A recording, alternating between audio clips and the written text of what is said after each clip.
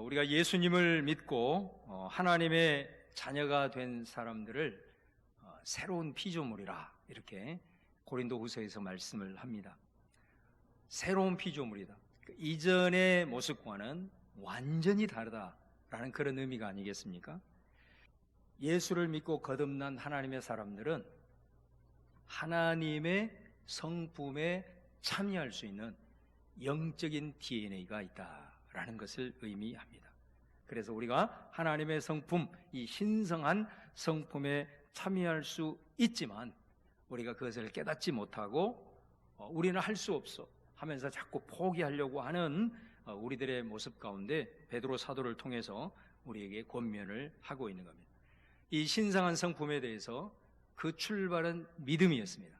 믿음에서 인내까지 우리가 왔습니다. 그래서 오늘 말씀은 인내에 경건을 더하라.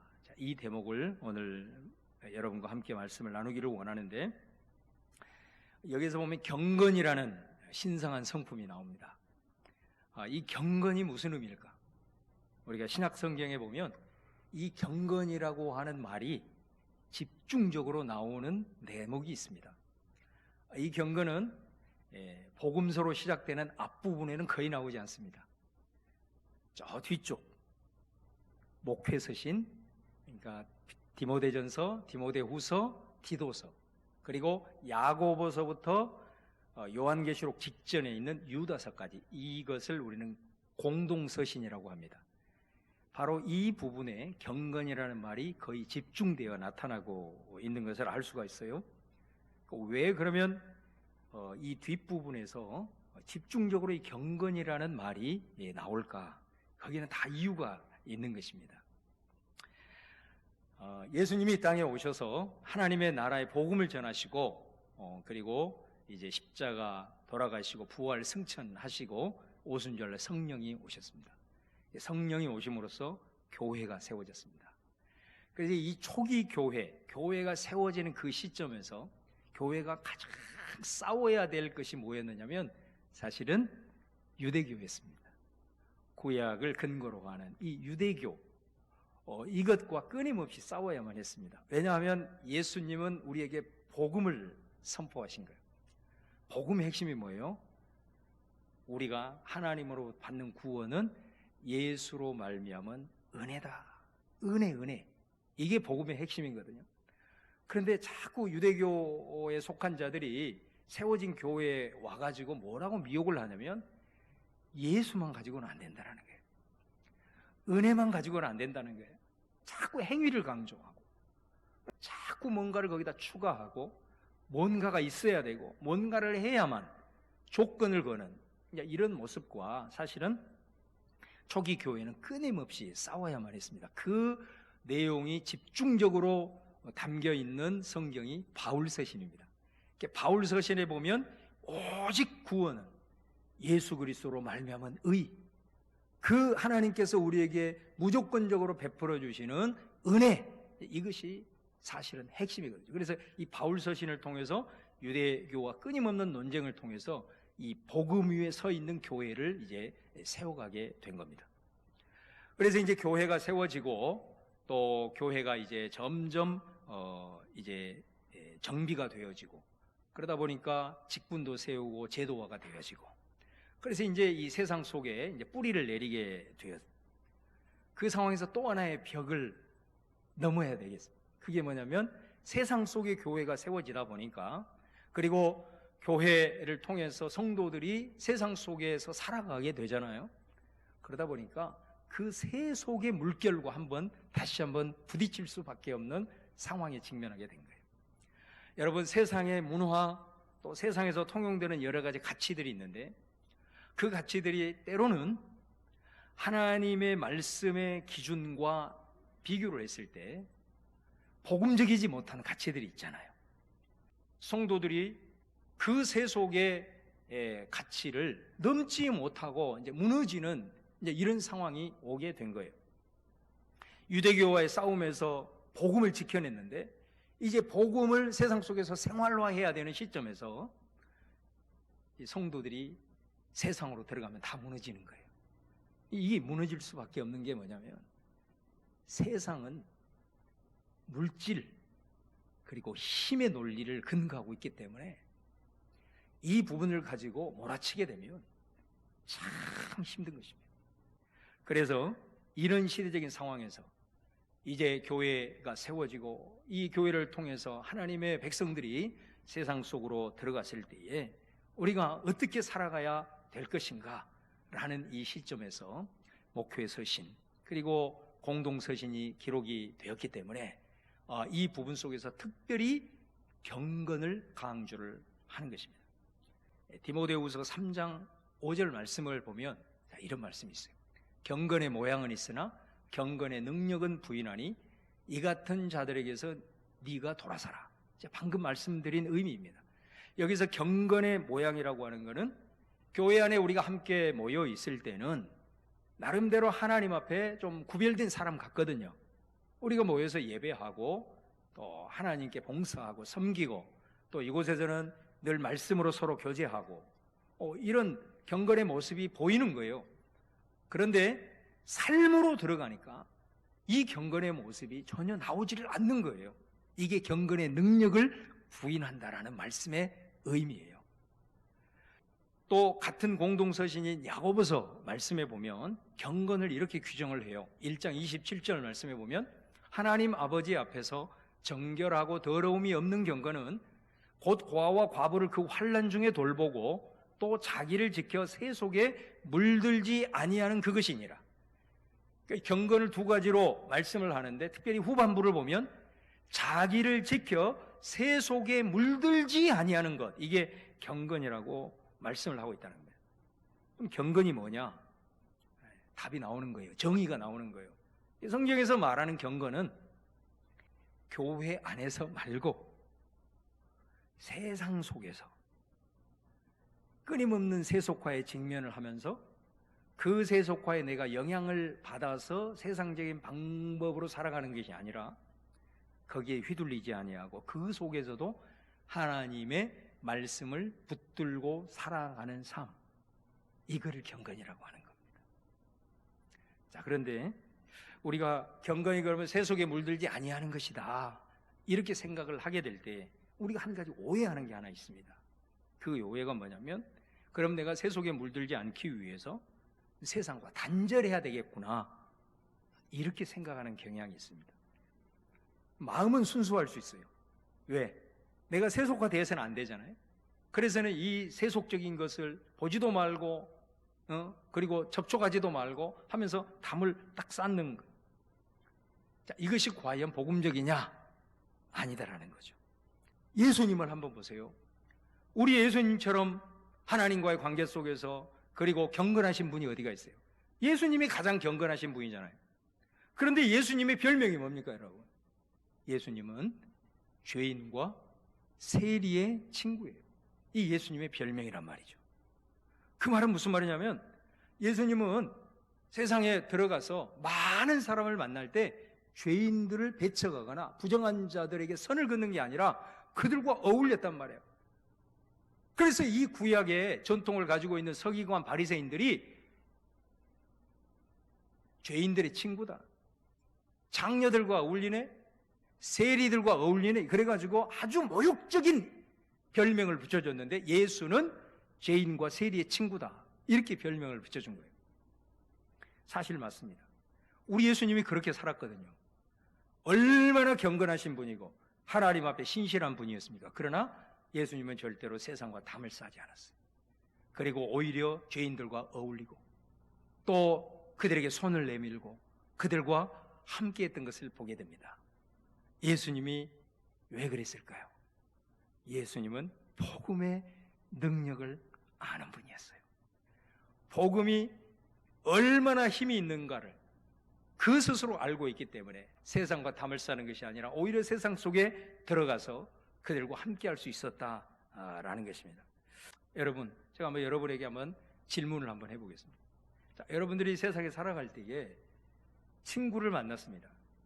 아주 세상의 친구입니다. 친구를 만날 때 이제 기회가 되어가지고 교제를 합니다. 교제를 하게 되는데 이 친구가 생각하는 것 완전히 세상적입니다. 또 이 순간 말하는 것, 행동하는 것 너무 세상이 복음적이지 않는 거예요. 그러면은 여러분은 그 사람들과 어떤 관계를 맺나요?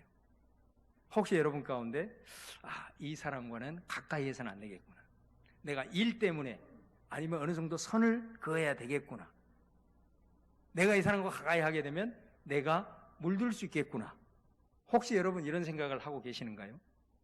만약에 그런 생각을 하고 있다면 우리는 초등학문의 수준에 머물러 있는 겁니다.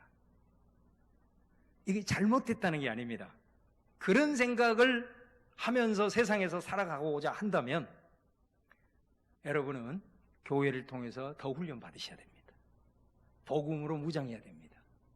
복음의 능력을 교회를 통해서 경험해야 됩니다. 그런 의미입니다. 자, 그런데 내가 그런 사람들을 만났어요.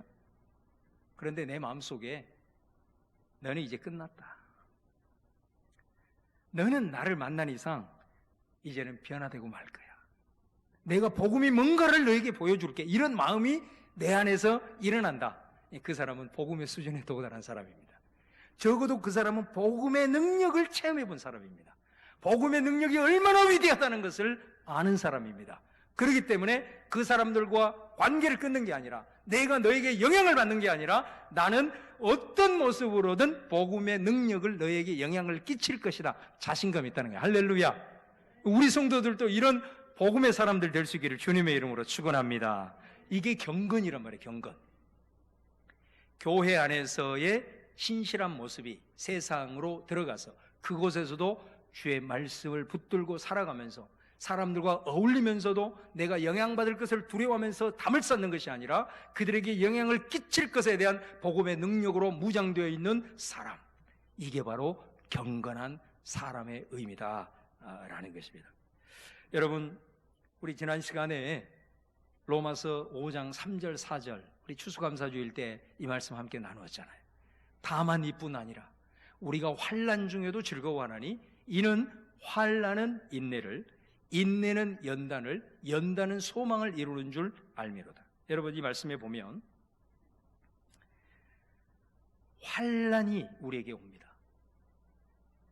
이 환난이 오게 될 때는 하나님의 사람들은 하나님께서 반드시 그 환난의 직면에서 극복하게 하신다 그랬습니다. 그래서 절대로 예수 믿는 사람들은 어떤 형태의 환난이 오더라도, 그것이 상황적이든 아니면 관계를 통해서 오든 어떤 환난, 고난의 이름으로 오더라도 그거를 불행이라, 저주라 생각하면 안 됩니다. 왜? 오늘 말씀에 보면 환난은 인내를, 다시 말하면 예수 믿는 사람은 그 환난은 반드시 하나님께서 이기게 하시기 때문입니다. 믿으십니까? 하나님이 견디게 하십니다. 하나님이 극복하게 하십니다. 우리가 무너져서 내 삶을 포기하고 도망가고 주저앉도록 하나님이 믿는 사람들은 버려두지 않습니다. 반드시 하나님이 인내하게 하십니다. 지나갈 때까지. 아니면 하나님이 역전을 하시고 기적을 베푸시든 상황을 바꿔버리든, 그것이 아니면 버틸 수 있는 힘을 반드시 주신단 말이에요. 그래서 환난은 인내를. 하나님 왜 우리로 하여금 버티게 하실까요? 왜 우리를 인내하게 하실까요? 그 이유는 단 하나입니다. 인내는 연단을. 연단이 뭐예요? 영어 성경에 캐릭터라고 그랬죠. 캐릭터. 우리의 신앙의 인격을 다듬기 위해서 그 고난의 상황을 통해서도 우리로 하여금 인내하는 과정을 허락하신다 이 말이죠. 그래서 그것을 통해서 우리의 신앙의 인격이 단련되도록, 마치 불순물의 금속 덩어리가 용광로에 들어가서 연단을 받으면 어떻게 돼요? 불순물이 다 제거되고 아주 순수한 금속 덩어리로 변화된 것처럼, 우리가 이 고난과 환난이라는 용광로에 던져지지만 하나님이 그 과정을 인내하게 하시고 견딜 수 있는 힘을 주시고 버티게 하시는 이 과정을 통해서 우리가 순결한 믿음으로 성숙한 신앙의 인격으로 우리를 세우시기를 원한다 이 말이죠. 그래서 여러분, 혹시라도 고통과 고난 가운데 내몰렸을 때 내가 이것이 도대체 무슨 이유 때문에 온지를 알 때도 있고 깨닫지 못할 때도 있을 거예요. 그럴 때라도 홀이라도 하나님의 뜻이 이럴 수 있겠구나. 도저히 내가 그 상황에 대해서 원인과 이해를 못할 때에는 이 과정을 어찌하든 하나님께서 버티게 하시고 견디게 하신 이 과정을 통해서 나를 성숙한 신앙의 인격으로 다듬는구나. 바로 이것이 뭐냐? 오늘 베드로후서의 말씀에 인내 위에 경건을 더하라. 할렐루야. 연단, 신앙의 인격의 성숙, 이게 바로 경건이다 라는 말씀인 것입니다. 여러분들이 신앙생활을 해나가면서 신앙의 열정이 식어갈 때가 있잖아요. 예배를 드리는데 하나님께 막 집중이 잘 안 되는 거예요. 내 마음은 그렇지 않은데 기도를 하더라도 간절함이 내 안에 없는 거예요. 그럴 때가 있잖아요. 기도를 막 간절하게 하고 싶은데 간절함이 내 안에 생기지를 않는 거예요. 그런 경우는 어떤 경우일까요? 물론 이유는 여러 가지 있을 수 있겠습니다만은 거의 대부분의 경우는 내가 믿고 있는 무언가가 있다는 겁니다. 삶의 대안이 있다는 거예요. 내 하나님 없이도 살아갈 수 있는 대안이 내 안에는 있다는 거예요. 여러분, 자, 그런 상황에 있을 때 내 안에 감당할 수 없는 환난이 왔어요. 고난이 왔어요. 관계 어려움이 왔어요. 그런 과정에 직면하게 되면 우리는 굉장히 힘든 순간을, 어두운 터널을 보내게 됩니다. 하나님은 그 과정을 이기게 하십니다. 견디게 하십니다. 그래서 그 과정을 통해서 통과를 하게 되면 우리에게는 어떤 변화가 일어나냐면 바로 연단이 되는데요. 그 연단은 크게 세 가지입니다. 그 첫 번째는 하나님만을 소망으로 삼게 됩니다. 하나님밖에 없구나. 하나님이 없으면 나는 못 사는구나. 내가 가지고 있는 재물을 대안으로 삼고 내 자식을 대안으로 삼고 물질을 대안으로 삼고 있는데 거기에서 실패를 경험해보고 거기에서 관계 깨어짐의 아픔을 겪어보고 이런 사람들이 이 경험을 한 번, 두 번 그 터널을 통과하게 되면 우리 가운데 나도 모르는 사이에 하나님만이 나의 소망이구나. 하나님만을 내 소망으로 품게 되는 연단이 되어지게 되는 겁니다. 그 다음에 두 번째는 하나님의 나라, 오실 천국에 대한 소망을 품게 됩니다. 여러분, 우리가 이 천국을 사모함을 잃어버리게 되면 세상에 가서 경건하게 살기가 쉽지 않습니다. 천국에 대한 사모함, 이 땅에서 이 고난을 통과하면서 내가 정말로 유일하게 품고 사모해야 될 이 천국에 대한 소망을 갖게 되면 어떤 역사가 일어나냐면 이 세상에 대한 지나친 집착으로부터 자유하기 시작합니다. 그렇게 되는 겁니다. 또 하나는 뭐냐면 그런 고난의 과정을 겪게 되면 내가 어떻게 변화가 되고 연단이 되냐면 나 중심의 사고를 벗어나게 됩니다. 그래서 다른 사람을 중심으로 생각하는 사람으로 변하게 됩니다. 고난을 겪게 되면 고난당하는 사람들이 눈에 들어오고 관계의 아픔을 겪으면 관계로 힘들어하는 사람들이 내 눈에 들어오기 시작합니다. 내 스스로 내 중심의 사고가 벗어지게 되면서 나도 모르게 이 고난의 과정을 인내하게 하신 하나님께서 이렇게 나를 연단을 하는 겁니다. 이게 인격의 성숙함, 신앙의 성숙함을 이루게 된다는 거예요. 여러분, 야고보서 말씀에도 동일한 말씀이 있어요. 야고보서에 보면 1장 3, 4절 한번 같이 한번 읽어보도록 하겠습니다. 큰 소리로 시작. 이는 믿음의 시련이 인내를 만들어내는 줄 너희가 알미라. 인내를 온전히 이루라. 이는 너희로 온전하고 구비하여 조금도 부족함이 없게 하려 함이라. 여기 똑같은 말씀이잖아요. 믿음의 시련이 온다는 거예요. 시험이 온다는 거예요. 그러면 이 믿음의 시련이 왔을 때 인내를 이루라. 인내는 하나님 인내케 하십니다. 그럼 왜 하나님이 인내케 하시느냐? 우리를 온전하게 하기 위하여, 부족함이 없게 하기 위하여. 이게 성숙함인 거죠. 성숙함에 이르는 길들이 대부분 어디에서 오냐면 사실은 고난이라고 이름하는 것들로부터 오게 돼요. 그러니 여러분, 다시 한번 강조합니다. 여러분의 삶에 홀이라도 고난과 여러 가지 힘든 상황이 오더라도 절대로 낙심하지 마세요. 절대로 포기하지 마세요. 그것들을 통해서 내가 알 수 없는 나를 향하신 하나님의 섭리가 뜻이 있다는 것을 기억하고 그 과정을 통해서 인내케 하셔서 나로 하여금 세상 속에서도 경건하게 살고자 나를 단련하는 하나님의 계획이 있음을 꼭 기억할 수 있기를 주님의 이름으로 축원합니다. 여러분, 그렇습니다. 오늘 이 특별히 야고보서 말씀과 관련하여 우리가 믿음의 시련이라는 말을 하잖아요. 여기서 그 말은 무슨 말이냐면, 우리가 아이들을 키울 때, 아이들이 어리고 갓난아이 때는 아버지 어머니가 모든 것을 아이에게 다 해주잖아요. 아이가 할 게 없어요. 그죠? 모든 것을 다 해줘요. 아이는 받고만 잘하는 거죠. 그래서 무럭무럭 자랍니다. 그러면 이제 아이가 사춘기 정도 이렇게 살짝 기운이 오기 시작하면 그때부터 부모님들이 아이들에게 잔소리를 시작합니다. 잔소리를 하고 어떤 경우에 있어서는 회초리를 들기 시작합니다. 왜 사랑하는 자녀들에게 잔소리를 하세요? 아이들이 그렇게 듣기 싫어하는데 왜 그들에게 회초리를 드세요? 부모의 마음은 한결같잖아요. 이제는 네가 어린아이로만 살 수는 없어.